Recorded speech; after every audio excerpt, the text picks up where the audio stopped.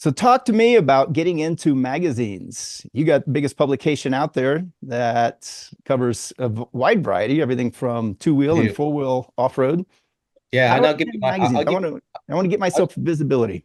I'll just give you my quick story. I mean, I was a professional motocross rider, struggling though, right? Maxed out credit cards, trying to get in front of the limelight. And I met the guys from Motocross Action. They brought me in. They got me in front of guys like team managers like Eric Kehoe. I mean, I was test riding factory bikes and on factory test tracks. Nice. We've had Cole Seeley be a test rider of ours, and pretty much got in front of him to get in front of the eyes of like Eric Kehoe's, all these guys, Roger DeCoster, and he got a factory ride, right? So that's kind of the story that I have. Like, hey, we're dirt bike riders, right? Yeah. We want people who are a lot like us, and we need help testing dirt bikes. We have a lot of dirt bikes in our barn.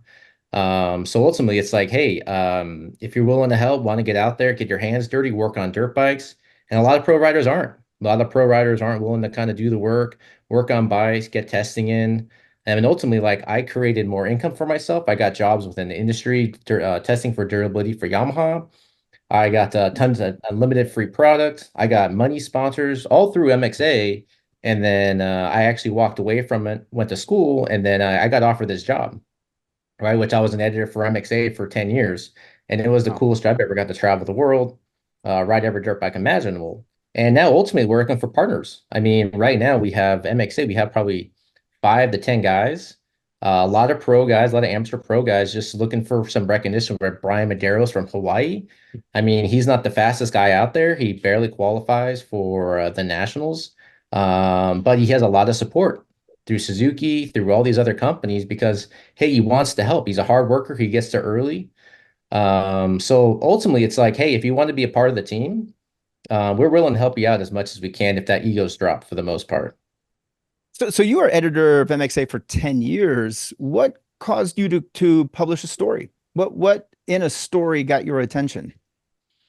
As far as publishers, I mean, nothing. Honestly, I'll be honest with you. I wanted to ride dirt bikes. I was bad at two things. I was bad at talking to people, which I realized in my amateur career. I'm an introvert, and I let my writing show for myself. And I didn't realize that actually getting out there and talking to these people were actually the way to go. Like people who were slower than me were getting the bigger rides, more money and stuff like that. And I didn't understand that. And so when I kind of my career card started coming to an end and started realizing what I did wrong and right, I'm like, okay, I'm bad at two things. I'm bad at talking to people and I'm bad at writing. And I realized both those two things you need to be are two things you need to be successful in life. And this job, right? When I got offered this job, I'm like, this is perfect for me because I have my own training business, which I train professional riders in the gym and on the track. And this came on my lap, and I'm like, you know what? This is a perfect opportunity for grow my skills. And so I had to learn to write. I had to learn to talk to people, and it was a great growth experience for myself.